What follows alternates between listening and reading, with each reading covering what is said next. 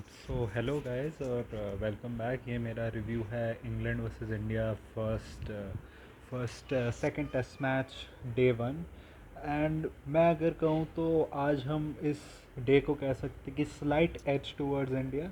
ले क्योंकि I think एक बात ये भी है इसलिए क्योंकि इसके बाद हमारे पास वाशिंगटन सुंदर भी है अगर कोई आउट हो जाए तो। क्योंकि ये भी है, नई बॉल है, सुबह है, कंडीशंस कैसी है, हम हो सकते हैं 350 तक आउट भी हो जाए। मेरे हिसाब से आपको 400 450 एटलीस्ट तो चाहिए कि जिससे कि आप कर सको कि हम बॉलर्स को कुछ दे रहे हैं कि you can work with that. क्योंकि इस पिच पर जो मुझे दिखा है कि अगर तुम रह गए, सेटल हो गए ना, तो फिर उसके बाद तुम डेड बैटिंग कर लो, तुम उसके बाद डिफेंस कर लो, तुम्हें आउट करना बहुत मुश्किल हो जाएगा। मतलब तुम्हें फिर उसके मैनिपुलेट करनी पड़ेगी फील्ड्स और वो सब तभी। वरना एज सच बॉल में एज सच कुछ तुम्हें दिखेगा नहीं। और उल्टा इंग्लैंड को थोड़ा बहुत फ़ायदा भी हो क्योंकि बीच में जब बॉल हमने पुरानी कर दी थी, उन्होंने फिर एम्पायर ने उनको हार्ड बॉल दे दी। फिर उसके बाद चेंज करके जब आप बॉल देते हो तो आप बॉल वो देते हो जो उसके जैसे ही दिखे। आपने हार्ड बॉल दे दी और हमने शुभमन गिल को सुना भी स्टंप माइक में कहते हो कि बॉल हार्ड है।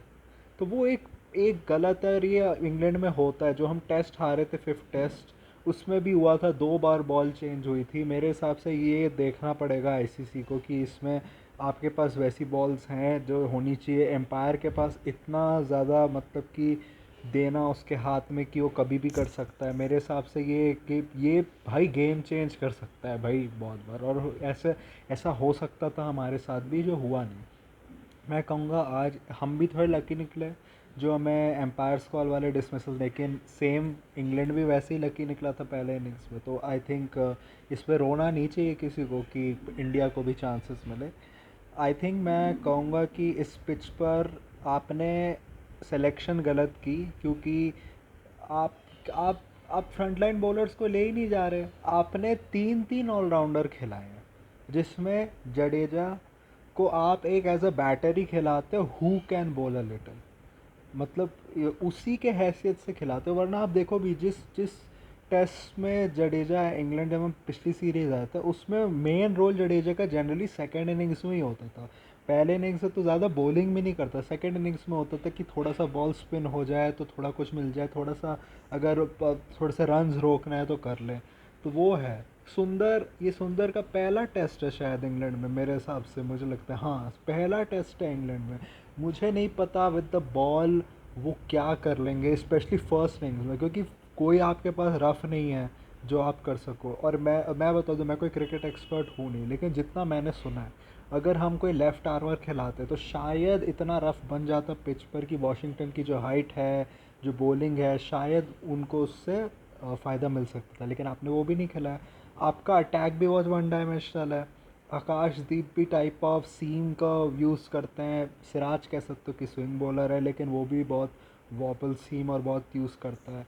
प्रसिद्ध Krishna is an H bowler. मुझे पता नहीं इस पिच पर आपको एच बॉलर की कितनी ज़रूरत पड़ेगी या उनका कितना फैक्टर होगा। एक चीज़ हमारी टीम को रियलाइज़ नहीं होता कि हर बॉलर हर पिच के लिए नहीं होता है। मतलब एक रीज़न है ना, अब भुवनेश्वर कुमार भी हर पिच पे नहीं बॉलिंग कर सकता ना, जो हमारी प्रॉब्लम होती थी। स्विंग बॉलर हर पिच पे नहीं बॉलिंग कर सकता। ईशांत शर्मा बाद में स्विंग बॉलर बने, लेकिन जब वो पहले थे हर पिच पे नहीं बॉलिंग कर सकते आप इसलिए देखो ना, इंग्लैंड जो अपनी जो बॉलिंग बैटरी बना रहा है ऑस्ट्रेलिया जाने के लिए, वो उसी बेसिस पे बना रहे कि उधर कौन से बॉलर्स चलेंगे। जैसे आप ब्राइडन कार्स को देखो, जॉश टंग को देखो, इनमें वो एट्रीब्यूट्स हैं जो ये लोग देख रहे हैं जो ऑस्ट्रेलिया में काम आएंगे। क्या ये लोग उतने लेवल के प्लेयर्स हैं? नहीं, लेकिन फिर आपको एटलीस्ट उस स्किल सेट के लोग चाहिए और वो इंग्लैंड कर रहा है। जैसे आज मैं कहूँगा कि आज वोक्स ने बहुत ट्रबल किया। जो पहला स्पेल था, कितने यशस्वी जायसवाल का मिस होना, केएल राहुल को जिस तरीके से किया, और केएल राहुल के साथ वही सेम प्रॉब्लम जो उनके करियर के स्टार्टिंग से रही है कि उनको अपने ऑफ स्टंप के बारे में वो कर दो, डाउट में ले आओ उसको। थोड़ा सा ऑफ स्टंप के बाहर डालो, थोड़ा सा बॉल स्टंप टू स्टंप डालो, थोड़ा सा इन करके डालो, तो बंदा कंफ्यूज हो जाता है। ऑस्ट्रेलिया में भी अगर आपको 2018 वाला टूर याद है, केएल राहुल स्ट्रेट स्टंप्स पे आने वाली बॉल पे आउट हो जाता था क्योंकि उसको प्रॉब्लम है जब स्टंप्स पे भी करते हो करने में, रूम बनाने में उसको प्रॉब्लम है। मेरे हिसाब से उसको और एक दो और शॉट्स अपने रेpertoire में ऐड करने चाहिए। अगर तुम बाहर बॉलिंग करोगे उसको, तब केएल राहुल को कोई नहीं रोक सकता। और वो हमने ऑस्ट्रेलिया में भी पहले इनिंग्स में देखा, तो बाहर करते रहे राहुल को, और वो पहले इनिंग्स खेल दिया। और उसके बाद ही देखो कैसे उसको निप बैक कर। देखो, मैं नहीं कह रहा कि इस लाइन पर कोई ट्रबल नहीं होता, हर कोई टेस्ट क्रैच क्रिकेट में इस लाइन में होता है, लेकिन वो लोग कुछ अपने आर्मर, कुछ चीज़ें लाते हैं अपने रेpertoire में जिसको वो थोड़ा काउंटर कर सके। मैं केएल राहुल में वो नहीं देख पा रहा। क्रिस वोक्स की एक और पहले एक बॉल आई थी जो पता नहीं, वो लीव बहुत एंड में लीव किया था, जिसमें लग रहा था कि स्क्वायर्ड अप हो रहे हैं, और एंड में भी जिस बॉल पे आउट हुए, मतलब कि थोड़ा सा ऑफ स्टंप के बाहर रखा, उसमें डाउट कर दिया केएल राहुल की मैं इसको प्ले करूँ नहीं करूँ, बहुत लेट खेला, फिर चॉप ऑन हो गया। मेरे को ये नहीं समझ आ रहा केएल राहुल इस चीज़ के बारे में कुछ कर नहीं, मतलब कि ये तुम 33 के हो और तुम तभी भी नहीं कर रहे। ये रीज़न है कि तुम्हारा 34 का एवरेज, क्योंकि जनरली एक टेस्ट के बाद सारी टीम समझ जाती केएल राहुल को कौन से पे फ्लो करना है। और मेरे हिसाब से इन्होंने कोई चीज़ नहीं ढूंढी है जिससे कि काउंटर कर सके। श्रेयस अय्यर को भी पता है कि बाउंसर वाली पे आउट करते, वो कुछ तो ढूंढ रहा है कि उसको काउंटर कर सके।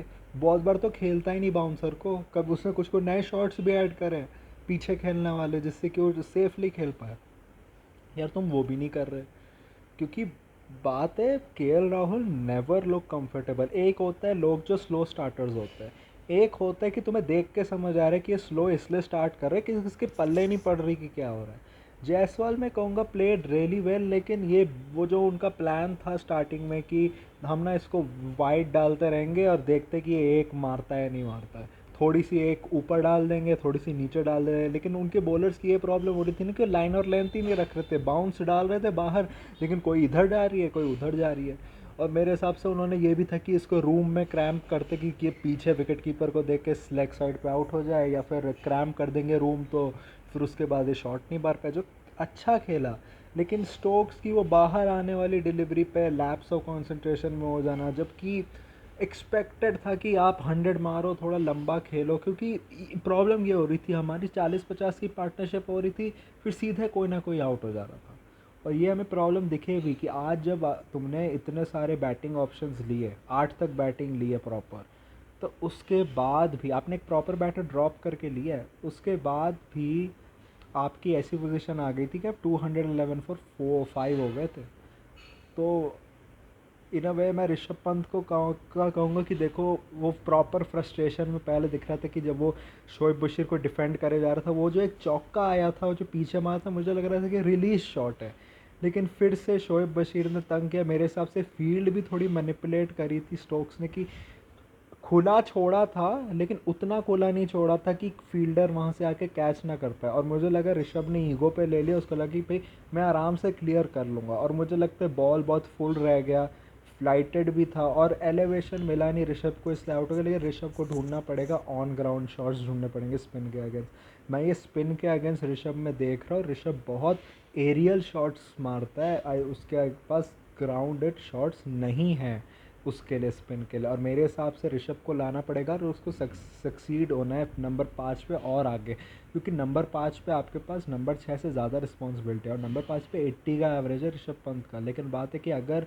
वो रीअश्योरेंस आप नहीं दे पाओ कि आप उस पोजीशन पे रह पाओ, हम हमेशा डरे रहे कि आप रहोगे नहीं, तो वो प्रॉब्लम देगा ऋषभ को। और मेरे हिसाब से उसको इस मैनेजमेंट का देखना चाहिए।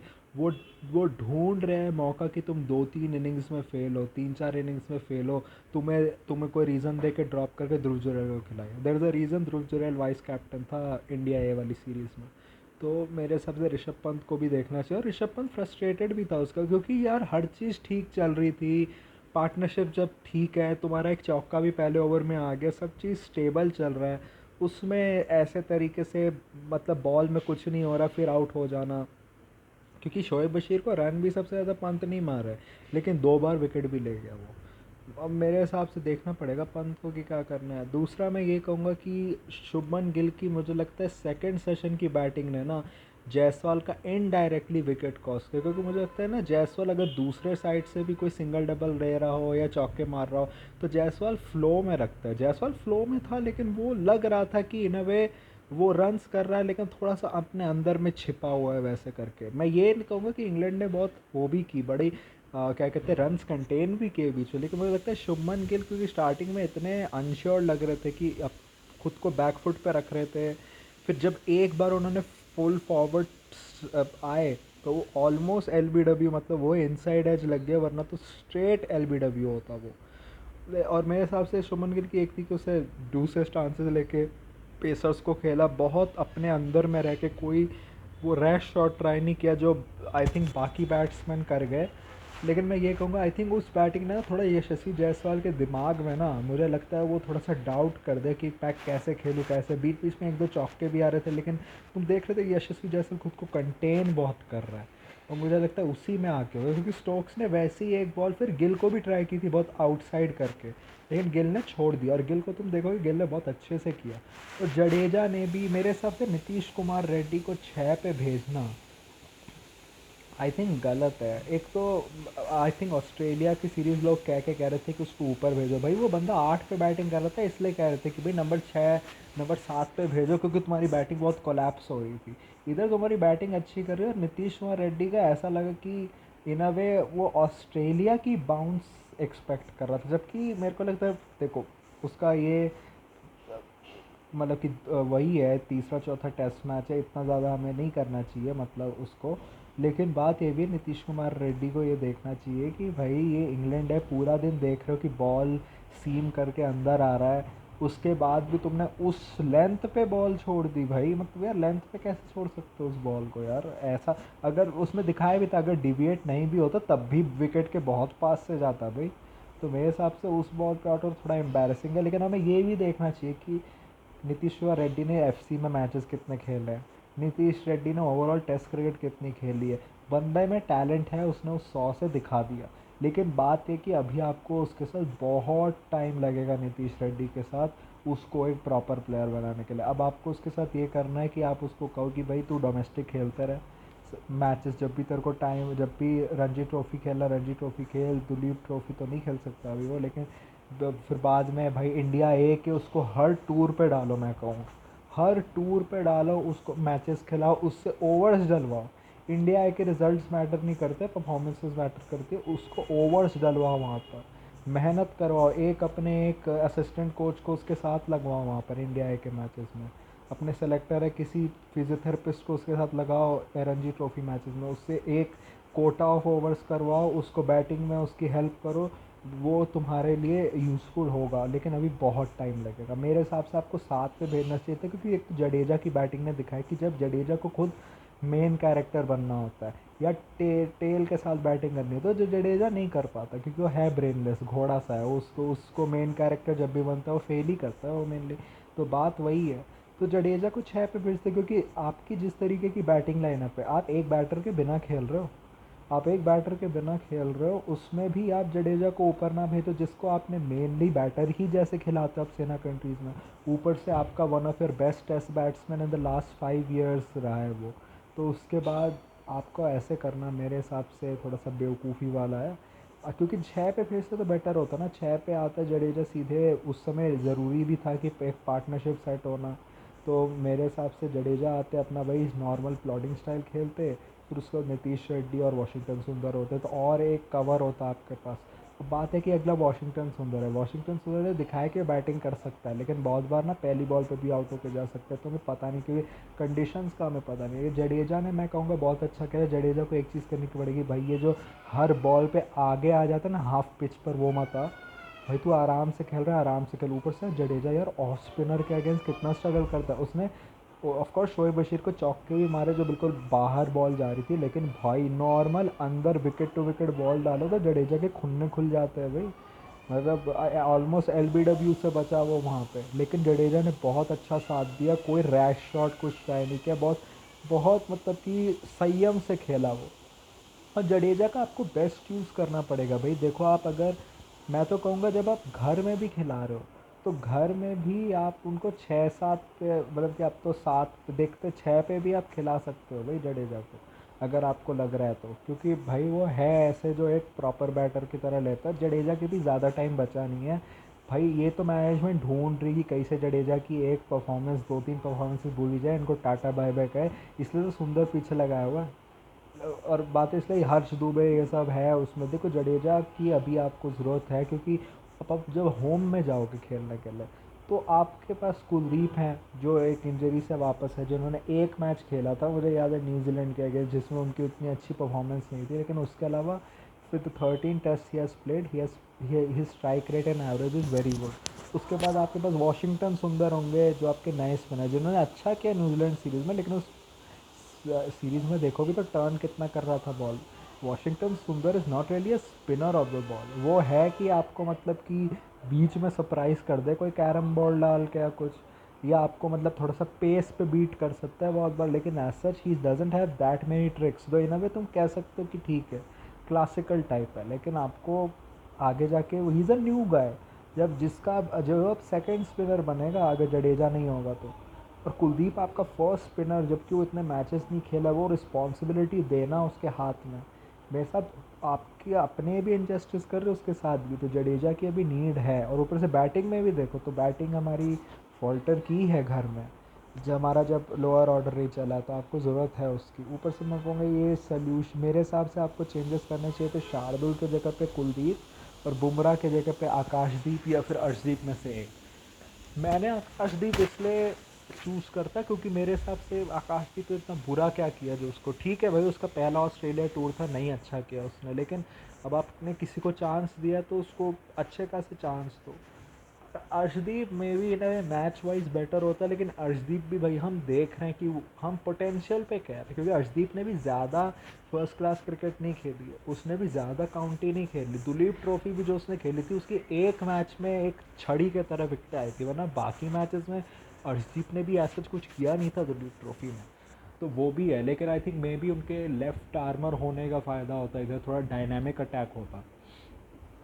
लेकिन बात यही है कि आपके पास बॉलिंग अटैक नहीं है जो 20 विकेटें ले पाए भाई, क्योंकि नीतीश रेड्डी भी क्योंकि आप जा भी तो 4 ही बॉलर के साथ हो जिसमें आपके 2 स्पिनर हैं, वॉशिंगटन और जडेजा, और दोनों विकेट टेकर्स नहीं है भाई, दोनों फॉरेन कंडीशंस में they are not wicket takers, they are containers. तो फिर इसका मतलब है कि आप फिर से अपना जो पूरा है वो अपने 3 बॉलर्स पर रख रहे हो, और उन 3 बॉलर्स में सिराज ने सेकेंड इनिंग्स में अच्छी बॉलिंग की, पहले इनिंग्स में तो उसने भी नहीं की। फिर उसके बाद प्रसिद्ध कृष्णा ने दोनों में 5 विकेटें मिला के ली, लेकिन दोनों में 6 से ज़्यादा का रन रेट दिया। और आकाशदीप है, he is coming back after a long lay off, उनको तो बैक इंजरी हो गई थी, वन लास्ट मैच तो वही खेलते, प्रसिद्ध खेलता ही नहीं लास्ट मैच। तो आकाशदीप भी इंजरी से ही आया है, आईपीएल खेला है वो, हमें पता नहीं कि कैसा लगता है, मुझे लगता है मोस्ट लाइकली उन्हीं को निकल था टीम में।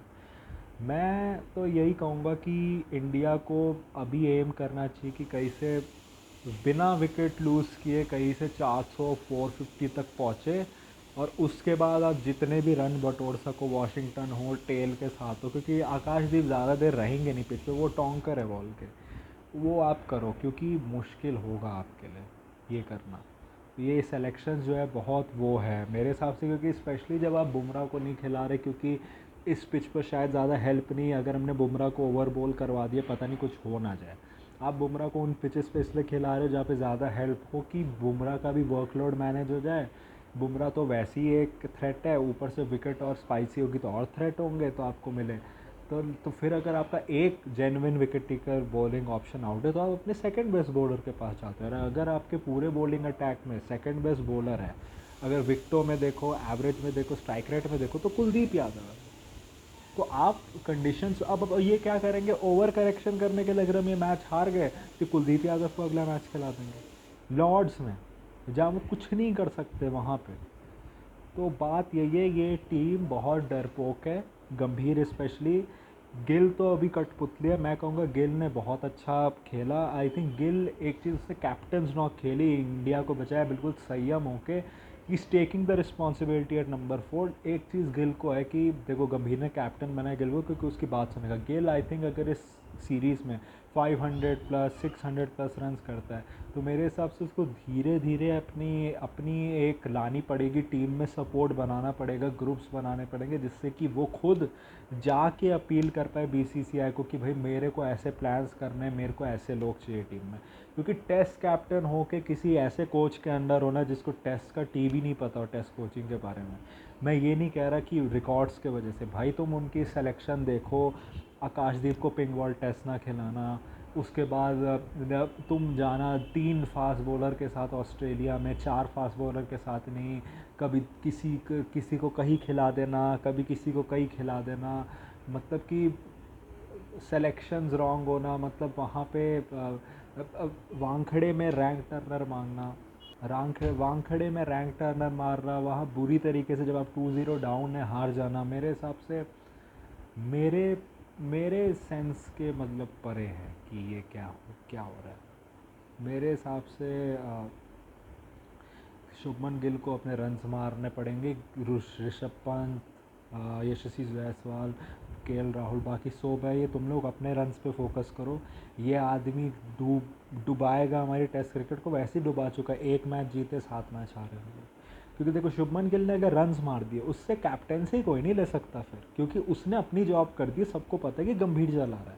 और मेरे हिसाब से अगर ये हम सीरीज़ हारे और अगर हम बुरी तरीके से हारे, तब गंभीर के ऊपर ना टिकटॉक होना शुरू हो जाएगा मेरे हिसाब से। इवन तो हमारे यहाँ पे सैकिंग का कल्चर है नहीं, क्योंकि अगर याद करो तो जिस कोच के अंडर हम लोग चैम्पियंस ट्रॉफी जीते थे, उसी के अंडर हम लोग पता नहीं कितनी बार 5-0 इंग्लैंड में जाके हारे, ऑस्ट्रेलिया में जाके हारे, घर पे इंग्लैंड से हारे। तो बात है कि वो तो वैसे हम सैक जनरली करते हैं नहीं किसी को। अनिल कुंबले को भी सैक नहीं किया था, अनिल कुंबले ने मतलब कि रिज़ाइन किया था, जितना मुझे याद है रिज़ाइन किया था, या फिर उनका टेन्योर ख़त्म हो गया था। तो अब तो बात वो है, अब तो बात वही है कि इंडिया जनरली करता नहीं है, लेकिन आपको देखना पड़ेगा भाई कब कितनी लंबी रोप दोगे आप टेस्ट कोचिंग में। तो मतलब कितना आप बॉर्डर गावस्कर ट्रॉफी हार गए 3-1, आप न्यूजीलैंड से घर में 3-0 हार गए, आप एक बांग्लादेश से 2-0 जीते थे, उसके बाद आप न्यूजीलैंड से 3-0 हार गए, ऑस्ट्रेलिया से 3-1, अभी आप 1-0 चल रहे हो, तो आप कितना लंबा रन दोगे? क्या आप अगर आप दे दो होम सीरीज़ में वो सारे जीत जाएगा। मेरे हिसाब से क्या करना चाहिए कि गंभीर को अगर इस सीरीज़ में हारे तो टिकिंग टाइम तो लगा दो, कि उसको कह दो भाई न्यूजीलैंड तक मैं चाहता तू सारे मैचेस जीते और न्यूजीलैंड की भी सीरीज़ जीत। अगर वो नहीं हुआ तो फिर आपको निकालना पड़ेगा भाई, फिर बॉर्डर गावस्कर ट्रॉफी से पहले कोई नया कोच लाओ, जबकि विच इज़ नॉट आइडियल, लेकिन भाई कुछ तो आपको करना पड़ेगा मेरे हिसाब से, दैट इज़ नॉट एक्सेप्टेबल। लेकिन भाई देखते हैं आज क्या होता है। आज मेरे हिसाब से बस थोड़ा काम हो के खेले, आउट ना हो जल्दी। मुझे लग रहा है कि हो जाएंगे। जब भी आप एक्सपेक्ट करते हो कि इंडिया ज़्यादा करेगा, इंडिया कम ही करता है, पहले टेस्ट मैच से पता चला। तो देखते हैं क्या होता है, होप ही कर सकते हैं बेस्ट के लिए। तो आपको क्या लगा मैच के बारे में, आप कमेंट सेक्शन में बताएं, आपको मेरा रिव्यू कैसा लगा कमेंट सेक्शन में बताएं। So if you like this type of content, like this video, share and subscribe. If you don't, then share it with those who do. My social media accounts, which are my Instagram account and my Twitter/X account, is in the description, so go follow me on that. My UPI ID link, which is Shabbadet OKICICI, is in the description also, so go donate any amount of money which you can, which can help me make YouTube a permanent career option. So that was it for me for today. So thank you, goodbye, alvida.